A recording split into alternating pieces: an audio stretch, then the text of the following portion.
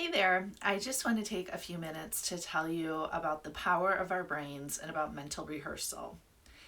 So, did you know that our brains do not know the difference between something real and something imagined? It's actually true.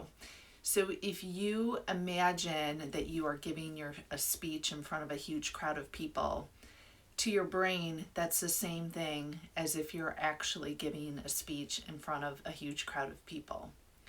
So, if you have a big event coming up, something that you're a little nervous about, or you just want some extra practice, the more mental rehearsal you can do ahead of time, the more you're preparing your brain for the event.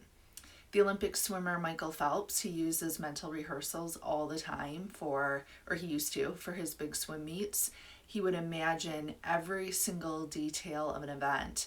He would visualize getting to the pool and doing his warm-up laps and stretching, and he would imagine the music that he would listen to as he walked up to the block.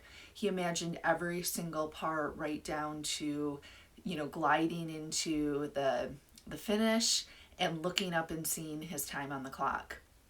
So, mental rehearsal is a really important part of preparing for anything that you want some extra practice. So, let's say you have a big speech coming up and you're a little nervous about it. The more you can mentally rehearse the speech, the better off you'll be. And when you mentally rehearse, you want to try and put yourself in the event. So get as many details as you possibly can so that you can, as you're imagining the event, you are seeing the crowd, you know the layout of the stage, you know who's going to be sitting up there with you. And you can imagine yourself being really confident as you're giving the speech. So you're making really good eye contact with people in the crowd. You feel really good about what you're saying. You're not missing any lines. You're just walking around cool, calm, and collected. And imagine how you would feel when the speech is done. Everybody's clapping, the other people on the stage are shaking your hand and telling you well done. And you walk off that stage and you feel this incredible sense of pride and accomplishment. And take that feeling with you when you're done with your mental rehearsal and walk around with that feeling for the rest of the day. So you're acting as though it already happened and you feel that sense of pride and accomplishment. You're taking it with you for the rest of the day.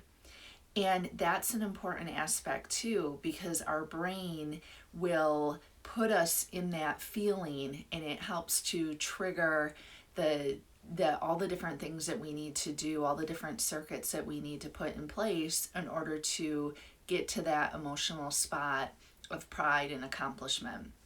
So mental rehearsal is just another word for visualization, but the more you can visualize or mentally rehearse an event, get as detailed as you can, engage as many senses as you possibly can. So you want to engage, what you will see, what you'll hear, if there's smells, if there's anything that you'll be touching or tasting. Just try and engage your senses as much as possible. Get as detailed as you possibly can in your rehearsal.